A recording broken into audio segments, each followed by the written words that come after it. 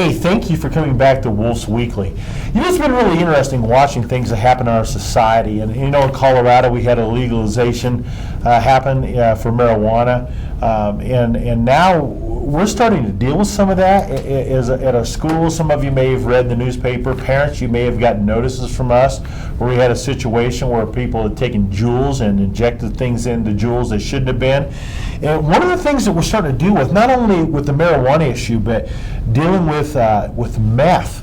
And where I came from, meth was, we were the capital of meth. I mean, it was amazing the amount that was happening there. It's where it was being made more than any place else in the nation. So I was excited to kind of get away from that. Now we're starting to deal with that nationwide. Every school district is dealing with this, and we're no different. And so we're jumping on it and trying to take care of it. But it's really interesting to me as I was reading some of the things, you know, meth is made out of. You know, we knew where the meth houses were, where it was made, where I was before, but you know how it's made. Some of the ingredients. I look at it here. Some of the things that they need is acetone, lithium, toluene, hydrochloric acid.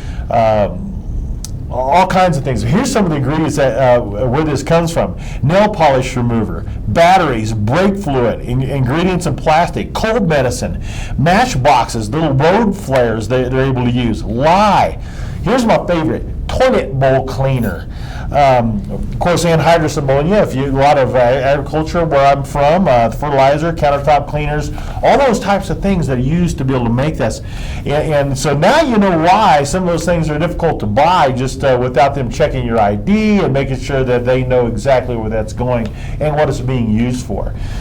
But it's happening.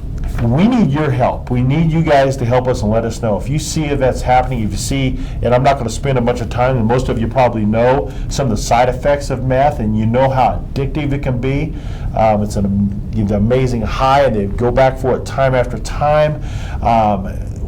We need your help. If you see it out there, we need to know so we can get it to our police officers so that we can deal with it. If it's coming into our school, we want to slam it now, that we get this taken care of. And we're going to discipline that heavily as well. So please help us as we deal with these things. We do not want drugs in our school. We need to get out. If it comes in, we got to get it out immediately. So thank you in advance for your help with this. We appreciate it.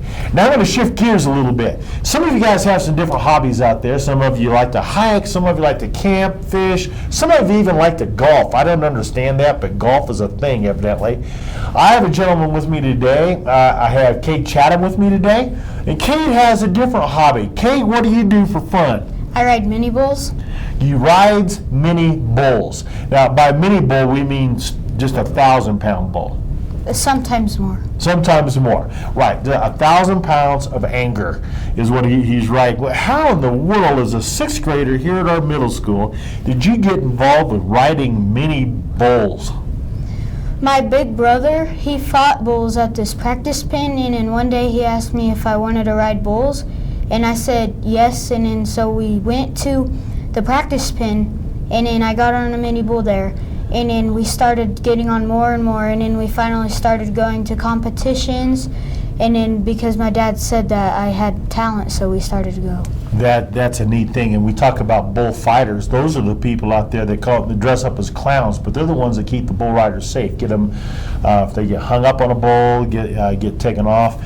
Yeah, tell me about that first time you crawled on that very first bull. What was going through your mind as they tied that hand down? I really can't remember because it was really 4 years ago. 4 years ago? Yeah, that's a large part of your life since you're, what, 12 now? Yes. Yeah, that's a third of your life ago. So he's done that for a third of his life. Were you afraid? Yes. Yeah, good. You know, you can't be brave unless you're afraid. You know, that's a qualifier. You have to have fear to be able to show bravery. So you're able to do it. Well, this last month or so, you've had some neat things happen. Can you tell us a little bit about what's happened in bull riding the last month or so with yourself? This last month, I started going to Las Vegas for the MBR World Finals for the top 10 kids in the world. So you were the top 10 in the world in this? Yes. That's amazing. Okay, I'm sorry to interrupt. Go ahead, Kate. And then during that, I finished 8th place. That's great. Just getting to go. You know, I'm not top 10 in my own household in anything, and here you are top 10 in the world, right here at Woodland Park Middle School. And so we're proud of you. We're going to keep an eye on you. And when you get big and famous out there, you remember us little guys, okay? And maybe you can sign an autograph for me. Okay. That'd be good? Okay, good deal. Hey, thank you so much for checking in on Woolf Weekly, and we'll see you again next week.